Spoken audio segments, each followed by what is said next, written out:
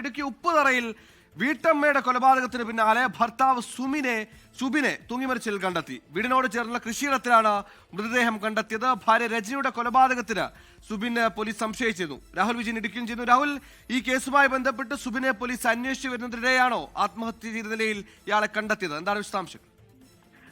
സുഹൈൽ, കഴിഞ്ഞ ചൊവ്വാഴ്ചയാണ് രജനിയെ ഉപ്പുതറയിലെ വീട്ടിൽ തലക്കടിയേറ്റ് മരിച്ച നിലയിൽ കണ്ടെത്തിയത്. ഇതിന് പിന്നാലെ ഈ സുബിൻ ഈ കൊലപാതകം നടത്തിയിട്ടുണ്ടായിരിക്കാം എന്നൊരു സംശയം ഉപ്പുതറ പോലീസ് പ്രകടിപ്പിച്ചിരുന്നു. അതിന്റെ ഭാഗമായിട്ടുള്ള അന്വേഷണം നടക്കുകയുമായിരുന്നു.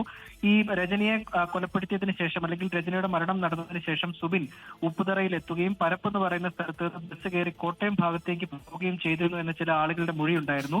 അതിന്റെ അടിസ്ഥാനത്തിലുള്ള പരിശോധനയായിരുന്നു ആദ്യഘട്ടത്തിൽ. പിന്നീട് സുബിൻ പോയിട്ടുണ്ടായിരിക്കില്ല, ഈ പരിസര പ്രദേശങ്ങളിൽ തന്നെ ഉണ്ടാകാനാണ് സാധ്യത എന്നതിന്റെ അടിസ്ഥാനത്തിലാണ് പോലീസ് ഒരു പ്രത്യേക സംഘത്തെ നിയോഗിക്കുകയും സമീപ പ്രദേശങ്ങളിലെ പുരയിടങ്ങളിലും കൃഷിസ്ഥലങ്ങളിലും അതുപോലെ തന്നെ വനമേഖലയോട് ചേർന്നുള്ള സ്ഥലങ്ങളിലും ഉൾപ്പെടെ പരിശോധന നടത്തിയത്. അതിന്റെ പിന്നാലെയാണിപ്പോൾ ഈ കൊലപാതകം നടന്ന വീടിന് അടുത്തുള്ള മറ്റൊരു പറമ്പിൽ തൂങ്ങിയ നിലയിൽ ഈ സുബിന്റെ മൃതദേഹം കണ്ടെത്തിയിരിക്കുന്നത്. പോലീസ് എന്തായാലും മേൽ നടപടികൾ സ്വീകരിച്ചിട്ടുണ്ട്.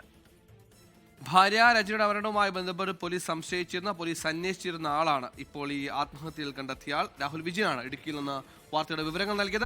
ലോകത്തെവിടെയായാലും ഏത് സമയത്തും 24 വാർത്തകളും ഓഗ്മെന്റഡ് റിയാലിറ്റി പാക്കേജുകളും എക്സ്പ്ലെയിനറുകളും വിശദമായി കാണാൻ ഞങ്ങളുടെ യൂട്യൂബ് ചാനൽ നിങ്ങൾക്ക് സബ്സ്ക്രൈബ് ചെയ്യാം.